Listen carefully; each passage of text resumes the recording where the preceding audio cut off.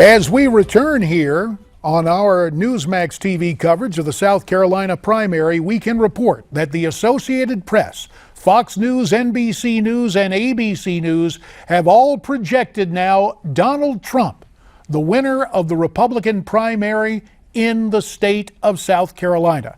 Trump, by virtue of these early returns, but also on the basis of exit polling, confirms tonight with his projected victory that this was his to lose, and Donald Trump will not lose in South Carolina based on these projections. And you see the healthy margin he maintains as there is a real battle for second place between the two young senators, Ted Cruz of Texas and Marco Rubio of Florida, alongside Dick Morris here on the anchor desk and others to get to. But Dick, when you do that little tap, it indicates you've got something to say. So that's right. Say away. Well, Donald Trump is winning in two respects tonight.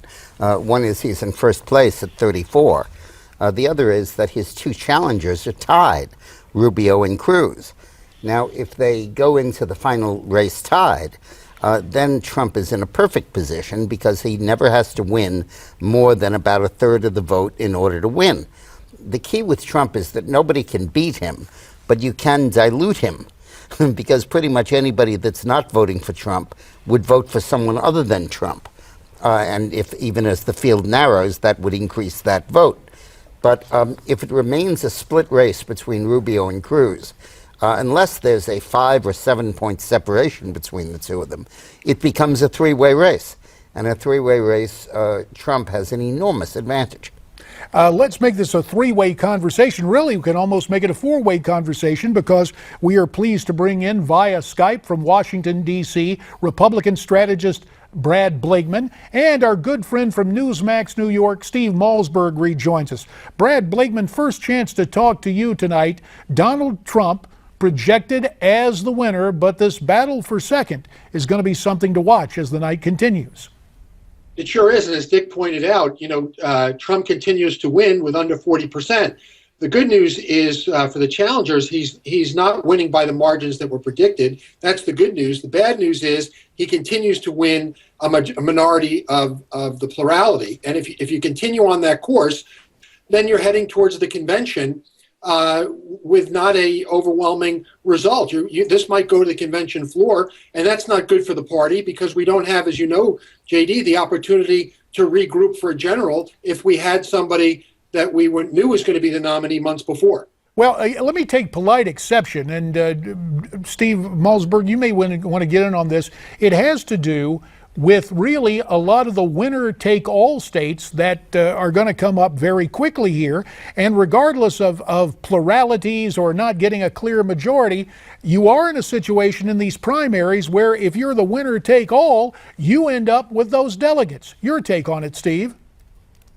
Yeah, well, absolutely. I think if he holds on to this lead in South Carolina, I think he's going to be tough to stop as the nominee. I can't quibble with the delegate count, and some states are winner take all, especially later on, and right now it's not the case. But look, again, let me just stress that Donald Trump waltzed into South Carolina, and Donald Trump trashed George W. Bush and accused him of lying us into 9/11, knowing about 9/11, everything you can imagine. He sounded like Nancy Pelosi in attacking the Republican President George W. Bush. And he's got a double-digit lead in the South Carolina primary.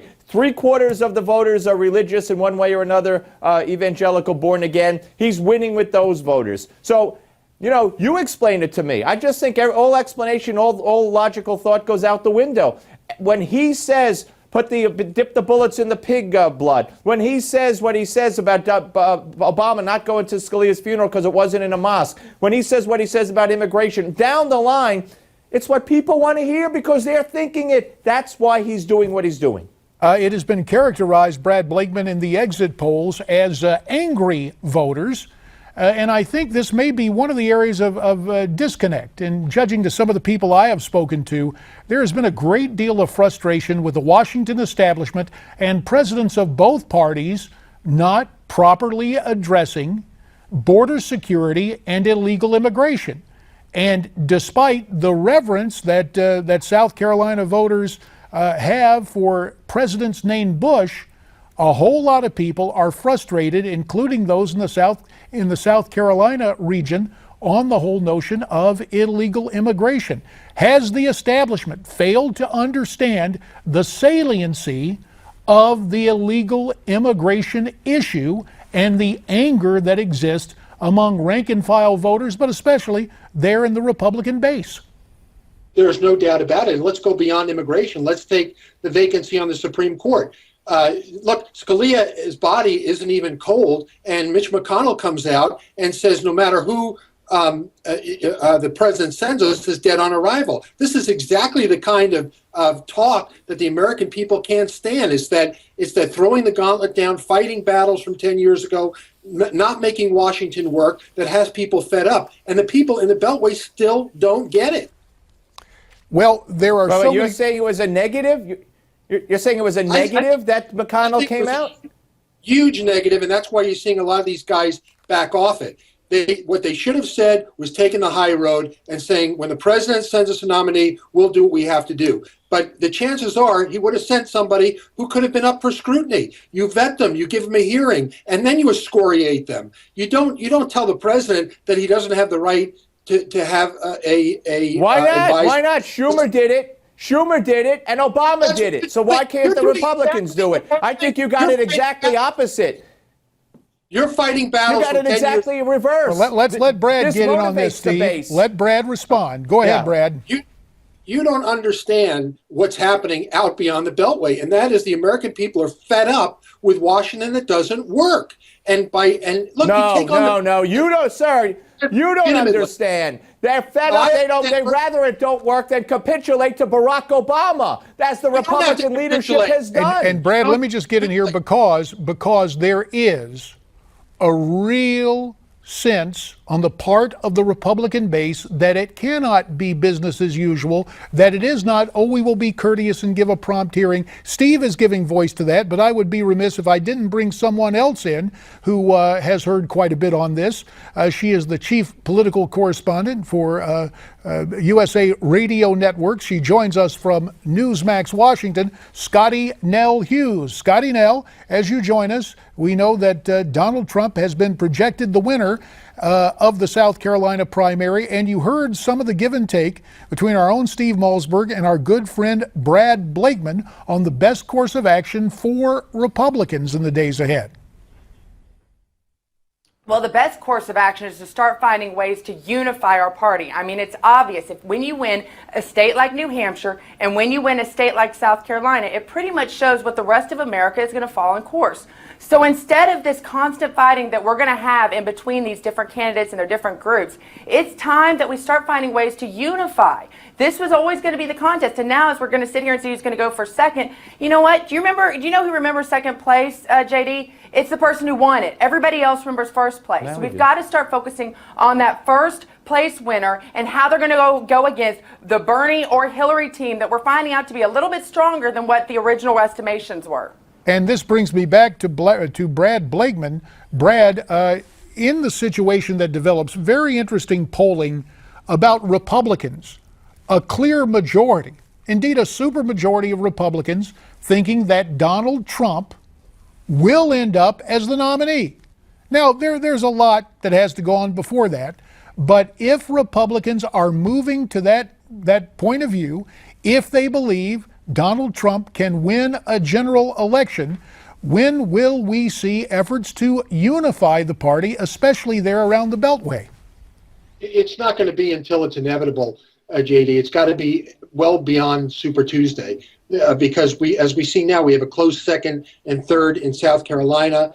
And Trump's got to be tested a little bit more before I think the rank and file are going to accept him as the inevitable nominee. So it's not over tonight, and I don't think it's going to be over at least for a month or so. And wise to take the words of Yogi Berra and remember those. It ain't over till it's over. Dick Morris, you want to weigh in? Yeah, listen, when you walk into the voting booth in this Republican primary, what's the first question you ask yourself? It's, am I going to vote for Donald Trump or not? It's not, am I going to vote for Kasich or not, or Carson or Cruz or Rubio. Am I going to vote for Trump or not? And if I decide I'm going to vote for Trump, I do it. And if I'm decide I'm going to vote against Trump, I look at the other 5 and I see which one that I want. So in this primary right now, 32% of the voters said, yes, I'm going to vote for Trump, and did. And 68% said, hell no, I'm not, and voted against him. The problem is that the nots are divided 5 ways. So you have 22, 21, 11, 8, 6. If those ever come together, they'll give Trump a thumping, to be alliterative here. And I think that you really have a very strong situation here where the opposition has to coalesce. Now, the exit polling for CBS, they won't tell you what it is. I just looked online because you can tell it, because they break it down by race, and South Carolina is in the Republican primary is 99% white, and their exit polls ultimately show Cruz about 2 or 3 points ahead of Rubio, but both 10 points behind Trump. And that kind of a result is really a strong Trump showing, because he keeps the opposition fragmented. But the commentator there was right. The party is not going to accept Trump as the nominee until he wins 2-way races. And of course, Exactly. you're going to have the requirement of a 2-way race. But you have to realize that South Carolina. When you come down to Yep. the single, to the winner-take-all situation. And let's let Scottie Nell respond to this. The specter of a Trump thumping and all these disparate candidates finding somebody to settle on. That ain't going to happen for a long time, is it, Scottie Nell? Well, I don't know about that, because South Carolina is a good representation of what the rest of the SEC states are going to vote like.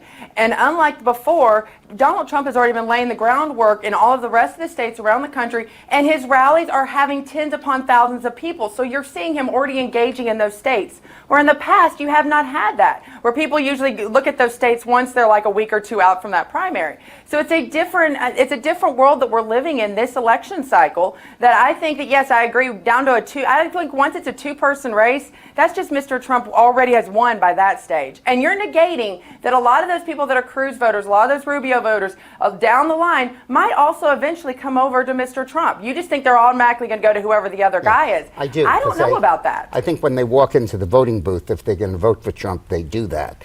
And the second choices indicate that. But let me say this. One of the big problems that I think Trump has faced is that as he goes into the Super Tuesday states, the opponents of Trump have faced, is that they go into the Super Tuesday states, there are thresholds. You have to be above 20% to get delegates, in some states 15%. And I was wondering if they would all be able to do that. Now it becomes pretty clear that Rubio and Cruz will both probably clear those thresholds, which means that there is no logic that forces it into a 2-way race, and Trump will profit and benefit. Of course, when you come to winner-take-all primaries, which is March 15th, when you have Ohio and Florida and Missouri and I think North Carolina on that day, big delegations, winner-take-all.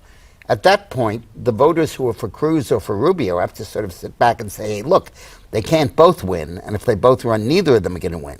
And if these 2 guys won't sort it out, I'll sort it out for them, and I'm going to switch to the one that I think can win. And so I think you'll have that kind of a math take over, probably as early as Michigan on March 8th. That's the way elections are decided. You have to decide when you go to vote. Brad Blakeman, from your vantage point there in Washington, are you of the mind that it will be Marco Rubio who will emerge as the alternative? 30 seconds, please, sir. Yes, I do, and I think Marco has more of a shot not only be selected by the party, but more importantly, elected by the people.